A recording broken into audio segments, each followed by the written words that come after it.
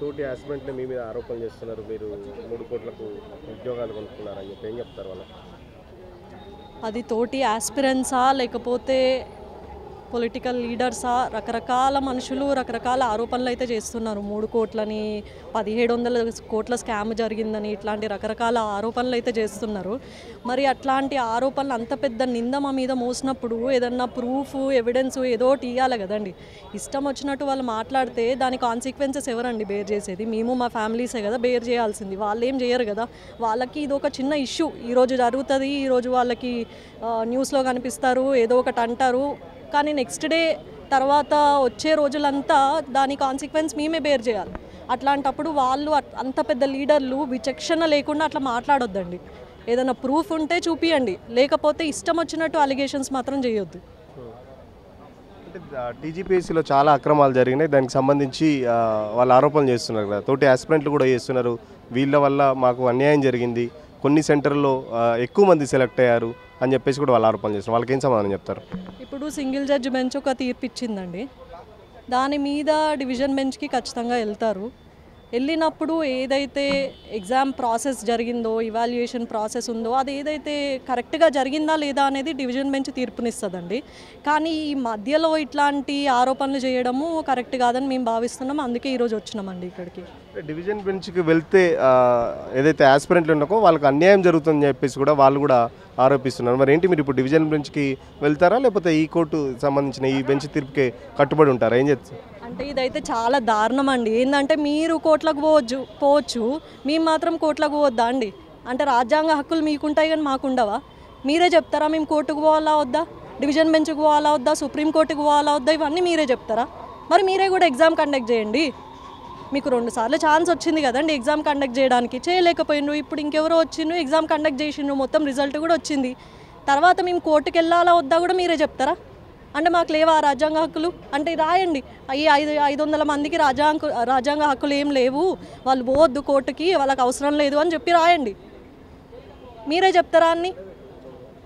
అంటే మాకంటూ హక్కులు ఉండవా? మీకే ఉంటాయా?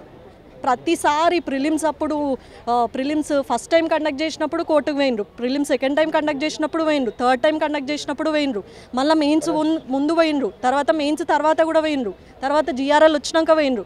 ఇన్నిసార్లు మీరు పోతారు కానీ మేము మాత్రం పోవద్దా అండి? కోర్టుకు పోవద్దా మేము? మాకు అన్యాయం జరుగుతుందన్నప్పుడు.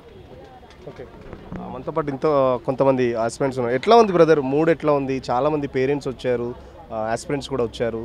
ఇంత రచ్చ మధ్యలో మళ్ళీ 3 కోట్లు అని చెప్పేసి మళ్ళీ ఒక కొత్త ఆరోపణలు వస్తున్నాయి. ఏం చెప్తారు మరి? ఏముందండి చెప్పడానికి, ఒకవేళ నిజానికి మీరు ఒకసారి జడ్జిమెంట్ చూసినట్టయితే జడ్జి గారు చెప్పడం కూడా ఏం చెప్పారంటే రీఎవాల్యుయేషన్ అన్నారు. రీఎవాల్యుయేషన్ ఒకవేళ కుదరకపోతే, ఎందుకంటే నోటిఫికేషన్లో రీఎవాల్యుయేషన్ లేదు అని టీజీపీఎస్సీ పెట్టింది కాబట్టి రీమెయిన్స్ పెట్టమన్నారు. జడ్జి గారు రీఎవాల్యుయేషన్ పెట్టమంటున్నారు అంటే అక్టోబర్ 27 వరకు ఏదైతే మా పరీక్షలు జరిగాయి అది కరెక్ట్ అని జడ్జి గారు చెప్తున్నట్టే కదా. తెలుగు మీడియం అంశం కావచ్చు, లేకపోతే మోడరేషన్ అంశం కావచ్చు, ఎక్కడైతే జడ్జి గారు సాటిస్ఫై కాలేదో అక్కడ నుంచి మళ్ళీ రీఎవాల్యుయేషన్ చేయమంటున్నారు. అంతకుముందు అయిన ఎగ్జామ్స్ కరెక్ట్ అని జడ్జి గారు చెప్పినాక 3 కోట్లని మీరు మాట్లాడేది ఎక్కడిది? సరే 3 కోట్లని మాట్లాడితే ఎప్పుడు మాట్లాడాలి? మీరు రిజల్ట్స్ వచ్చినప్పుడు మాట్లాడాలి, లేదంటే ఎగ్జామ్స్ అయినప్పుడు మాట్లాడాలి, 6 నెలల్లో మాట్లాడాలి. జడ్జి గారు మొన్న తీర్పిచ్చి జిఆర్ఎల్ సెటిసైడ్ చేశాక అప్పుడు మీరు 3 కోట్లు అనేది ఎక్కడిది? పోనీ ఈరోజు నిరూపిస్తారా? ఐపీఎస్ మన ప్రవీణ్ కుమార్ గారు ఎంత ఆదర్శంగా చూస్తుండండి. టీఎస్డబ్ల్యూఆర్ఈఐఎస్, టీటీడబ్ల్యూఆర్ఈఎస్, ఐపీఎస్ అయి ఉండి కూడా వాటిని ఇంత బాగా డెవలప్ చేశారు. అలాంటి వాళ్ళు ఈరోజు ఇట్లాంటి అర్థం పర్థం లేని ఆర్గ్యుమెంట్లు, అసలు ఎలిగేషన్స్ చేస్తుంటే చిరాకు వస్తుందండి. ఎంత మంచి officer, we use to look up to him, ఇతను లాగా అవ్వాలి మనం అని చెప్పేసి మేము అనుకునే వాళ్ళము. ఆర్ఎస్ ప్రవీణ్ కుమార్ గారు ఇలాంటి వ్యాఖ్యలు చేయడం చాలా దారుణంగా అనిపించింది.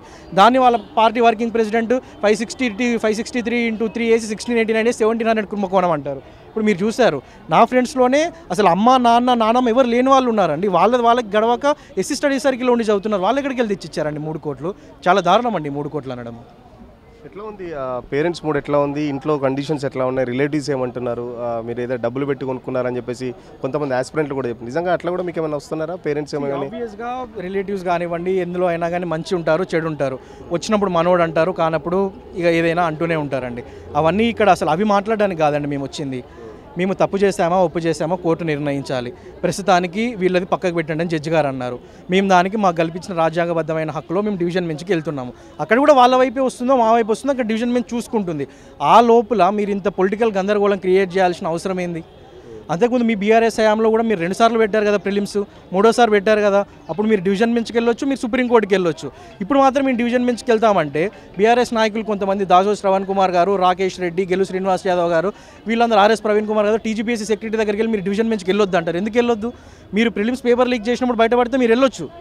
దాసో శ్రవణ్ కుమార్ గారు వాళ్ళు ఎమ్మెల్సీ సీట్ కాపాడుకోవడానికి సుప్రీంకోర్టు వరకు వెళ్ళి తెచ్చుకోవచ్చు. మీ మాత్రం వెళ్ళకూడదు అంటారు. ఎందుకు వెళ్ళొద్దండి? మేము అన్యాయం అయిపోవాలన్నా? మీ దానప్పుడు పేపర్ లీక్ అయితేనేమో మీరు వచ్చి ప్రెస్ మీట్ ముందర కూర్చొని లీక్ చేసిన ఒక్క పర్సన్దే తప్పు, ఆ డిపార్ట్మెంట్కి తెలియదు, టీజీపీఎస్సీకి తెలియదు, గవర్నమెంట్కి తెలియదు, ఎవరికి తెలియదు, మేము అతని ఒక్కదే తప్పు అంటారు. ఇప్పుడు అసలు ఎవరిది తప్పని జడ్జి గారు కూడా చెప్పలేదు అండి. మెయిన్స్ పర్ఫెక్ట్గా జరిగింది, రీఎవాల్యుయేషన్ మాత్రమే చేయమంటున్నారు జడ్జి గారు. ఇలాంటప్పుడు అసలు ఈ కుంభకోణాలు జరిగాయని ఈ ఎలిగేషన్స్ మా మీద వేయడం కరెక్టేనా?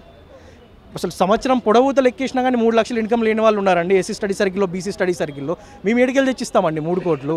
చాలా తప్పండి అది ఎలిగేషన్ చేయడము. మేము ఒక్కటే అసలు ఈ మీటింగ్ పెట్టడానికి కారణం కూడా ఒక్కటే ఏంది అంటే ఈ పొలిటికల్ వెండెట్ ఏదైతే మా మీద చేస్తున్నారో ఈ పొలిటికల్ స్లగ్ ఫెస్ట్ ఇదంతా వద్దు, ఆపేసేయండి. Yes please. అంటే అశోక్నగర్లో దాదాపు కోర్టు తీర్పు వచ్చిన తర్వాత కూడా మీలాంటి ఆస్పిరెంట్లు చాలామంది సంబరాలు కూడా చేసుకున్న పరిస్థితి, మాకు న్యాయం దక్కింది అని చెప్పేసి. మరి ఎందుకు అట్లా వాళ్ళు ఎందుకు చేస్తున్నారు? మరి ఆబ్వియస్లీ అండి 20,000 మంది రాసినప్పుడు 500 మందికే జాబ్లు వచ్చి మిగతా 19,500 మందికి రాలేదంటే మళ్ళీ జరిగితే వస్తుందేమో అన్న సంబరము. ఇప్పుడు వాళ్ళని కూడా నేను తప్పు పట్టట్లేనండి. వాళ్ళకి ఏమనిపిస్తుంది అంటే అరే మళ్ళీ మనకి ఇంకో అవకాశం దక్కింది అని ఆ విధంగా ఆలోచిస్తున్నారు. కానీ వాళ్ళు ఒక 2 అడుగులు వెనకలికి వేసుకొని కూర్చొని అరే వీడిని ఇదే స్టడీ హాల్లో నేను 2 ఏళ్ళ నుంచి చూసిన కదా, అదే మెస్లో నాతో పాటు 3 ఏళ్ళు కలిసి తిన్నాడు కదా, వీడు కూడా కలిసి చదివాడు కదా, వీడికి వచ్చిందేమో అన్న ఆ విధంగా ఆలోచించాలి వాళ్ళని చెప్పి కోరుకుంటున్నానండి. వాళ్ళు మా ఫ్రెండ్స్, వాళ్ళకు కూడా మంచి జరుగుతుందేమో అని ఆనందంలో సంబరాలు చేసుకున్నారు. దాన్నే మేము తప్పు పట్టడం లేదు. Thank you. అసలైన తొలి వెలుగు.